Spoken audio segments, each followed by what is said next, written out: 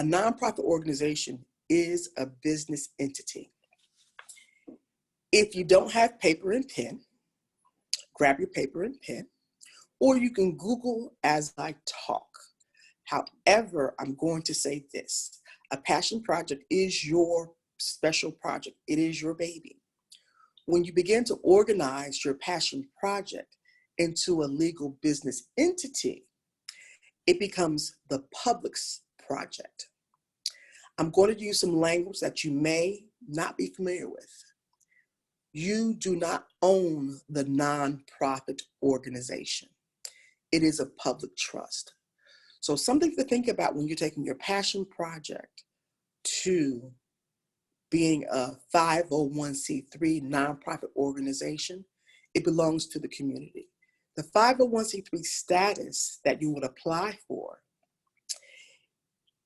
gives you the opportunity to not pay taxes for delivering services and receive grants to help underwrite the programs and services that you're going to offer. But before we get to that, like I said, your passion project is not an organized entity. It's you and your girlfriend circle, it's you and your reading club, your motorcycle club, your family members who got together to do this activity that improves the quality of life for the population that you want to serve. When you want to organize and structure that, and this, what I'm getting ready to say is based on some of the questions, is how do you start? The first thing that you need to do is decide who's on your team. Organizing people that are going to help you who are genuinely interested. The first thing we say is, oh, go run the SunBiz and register your business. So in the state of Florida, it's the Department of Florida, it's the sunbiz.org is where you register all businesses, whether they're for-profit or not-for-profit. And you're going to register as a not-for-profit organization, and it's less than $100. But this is the trick to that. When you're organizing and registering for your nonprofit organization, there's some key questions you need to ask before you go there. One, you got to have 3 people to register in the state of Florida a nonprofit organization. Because we don't do any pre-planning, we go and we see we need 3 people. Then we say, we go ask our mom, our cousin, our next door neighbor, just because you need to do the paperwork to be registered in SunBiz. So you need 3 people. I'm going to jump ahead. When you go to register for the 501c3, you normally need 5 people. So the requirement to register in the state of Florida for a nonprofit business entity is 3 people. And usually in your first year, you just grab some people so you can become a legal business entity. I'm going to say that. By the time you get ready to apply for the 501c3 and you really begin to put your board of directors together, you may want to find some people that may be vested.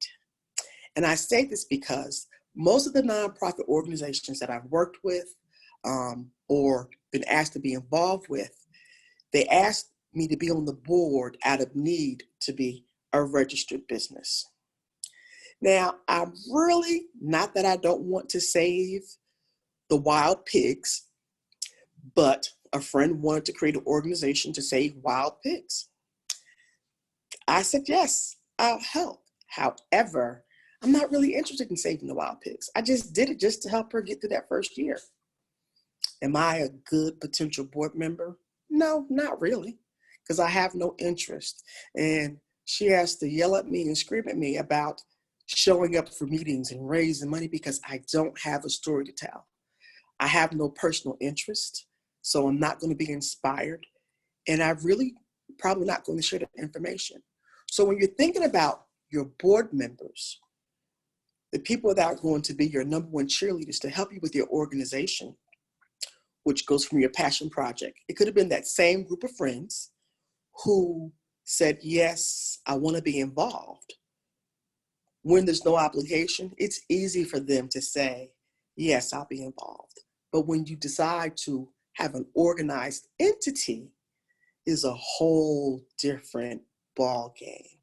So as you're structuring your organization, you should look for people that can relate, they have a story to tell, personal interest, have their own track record of being involved in community in some way, shape, or form. And also you need to find out what's in it for them. When you ask people, why would you know why you want them on the board, because they're going to help you raise money, they're going to help you feed the children, pack the bags, deliver the food, buy shoes, give away shoes, whatever it is. But when they begin to understand the full roles and responsibility of having a nonprofit organization that is a 501c3 entity, there's a lot of responsibilities that most people aren't aware of. The roles and responsibilities of board members is key. There's an ethical responsibility, and there's a fiduciary responsibility. Means money and ethics. The board members are the guiding team that help the executive director or founder take the organization in the right direction by helping to find support, by helping to structure the programs and services. And I'm going to say programs and services. That little group of people that collected toiletries to give out in the community, that's a service.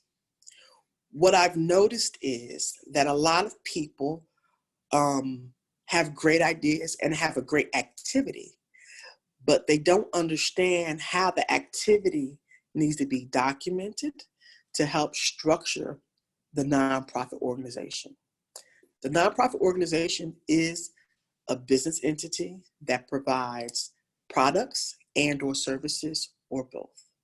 So for the organization that puts together the hygiene kits to give out in the community, that is a service. That is a service that's going to increase or reduce something in the community for the people they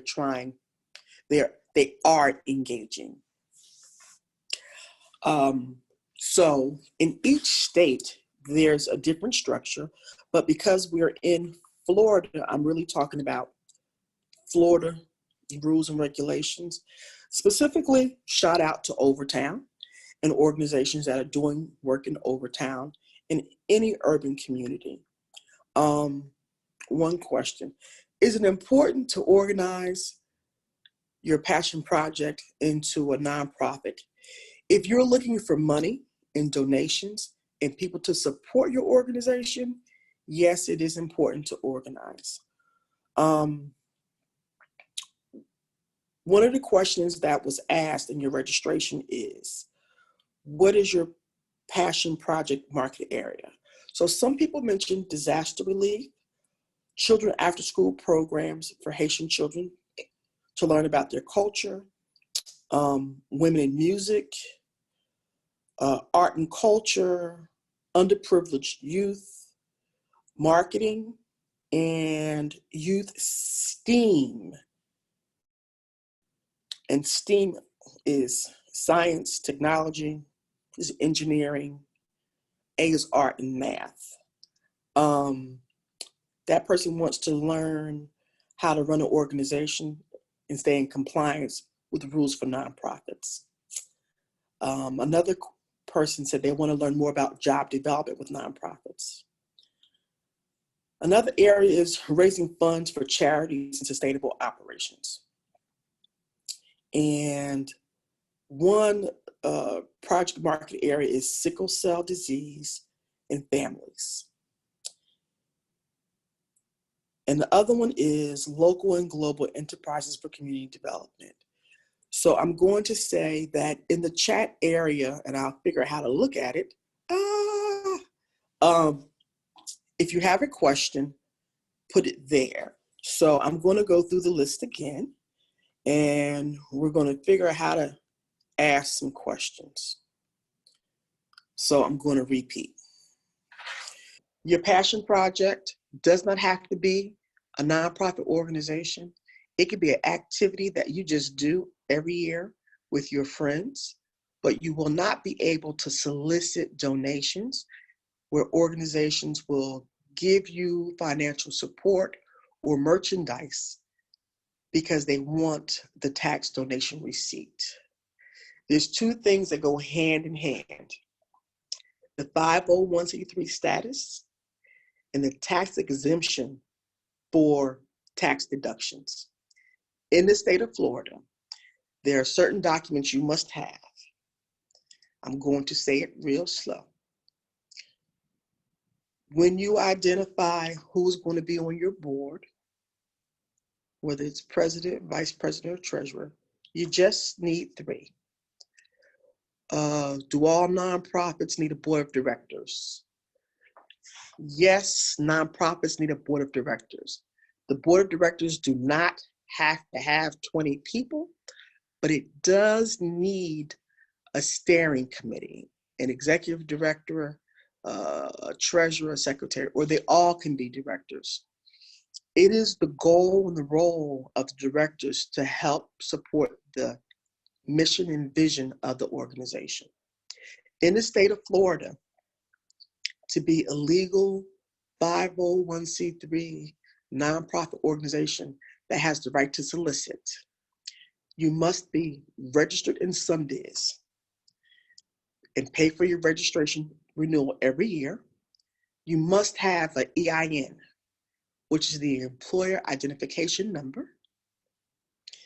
And after that, I encourage you to get a bank account, a business bank account for the nonprofit organization, and we'll loop back around for that. You also need to do, if you're going to be accepting and asking for donations for the tax write-off and applying for grants, you need to have the IRS 501c3 tax exemption. And depending on the type of organization that you are starting determines whether it's a 501c3, C4, C5, C6, C7. There's different ones. But for the most part, we're talking about 501c3, organizations that have been organized to be benevolent in the community.